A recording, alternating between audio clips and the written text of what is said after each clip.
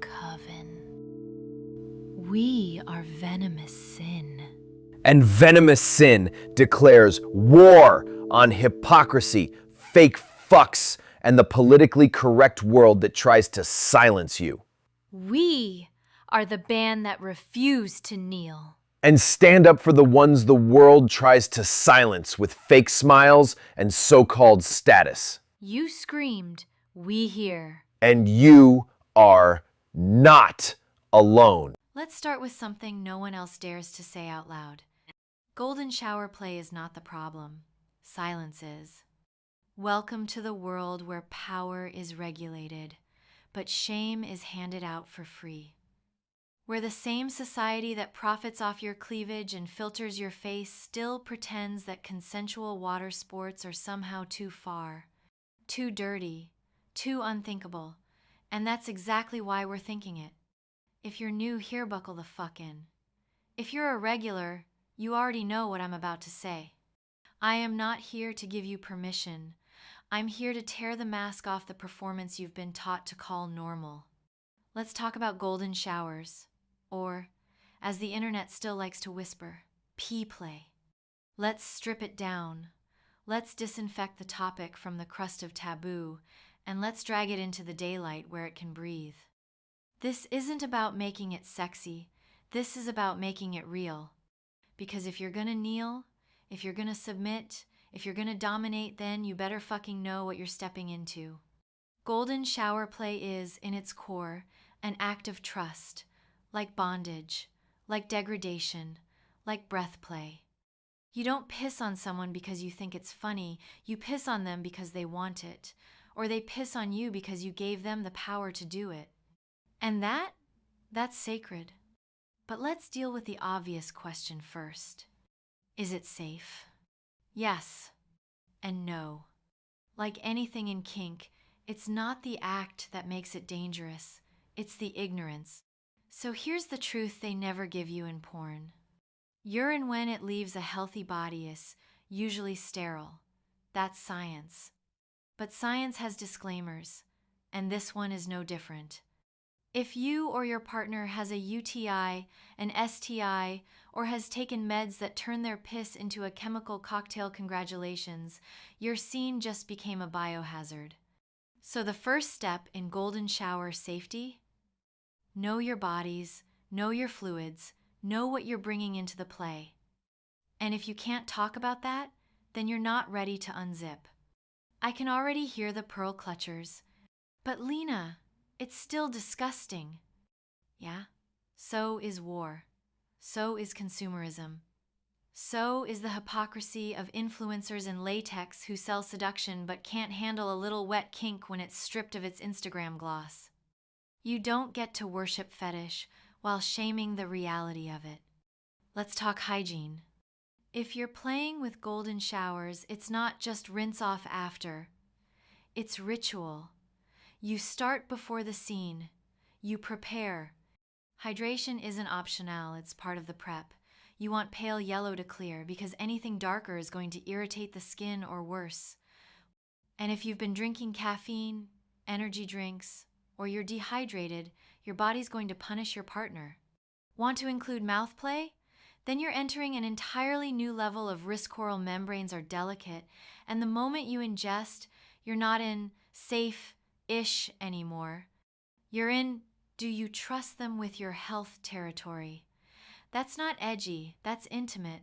That's trust built on lab work, test results, and conversations. And yes, it's vulnerable. But isn't that what kink is? Let's talk setup. Do it in the right space. Waterproof your surface. Lay down a plastic sheet, a rubber playmat, or shower together. Don't turn your vintage velvet bedspread into a soggy crime scene unless you've already decided to burn it afterward. And your aftercare? It starts the moment the last drop hits the floor. Rinse, wash, moisturize. Use unscented products. Don't scrub your genitals like you're erasing evidence. Just be gentle. Be aware. Be present. Because the power of golden shower play doesn't come from the act itself. It comes from knowing you are safe in it. It comes from standing in the eye of a storm of social rejection and saying, yes, I want this. Yes, I trust this. Yes, I own this. And that brings me to the part no one dares print. Why are we really afraid to talk about piss? Because it's the last bodily fluid we can't pretend is metaphorical. It's raw, it's real, it's unfiltered. Blood can be romanticized, tears can be glamorized. Semen has entire porn categories to make it palatable. But piss? Piss reminds us we're human. And that's what they can't stand. Because the moment you admit that you want something that breaks the script, the system can't control you anymore. You're not obeying, you're creating your own law. And that, to the normie fucked masses, is more terrifying than any kink ever will be. Venomous sin has always been about this, about taking what's been used against you and turning it into your power. Your pain, your anthem, your body, your battlefield, your kinks, your fucking crown. So if you engage in golden shower play or want to, you are not disgusting. You are aware.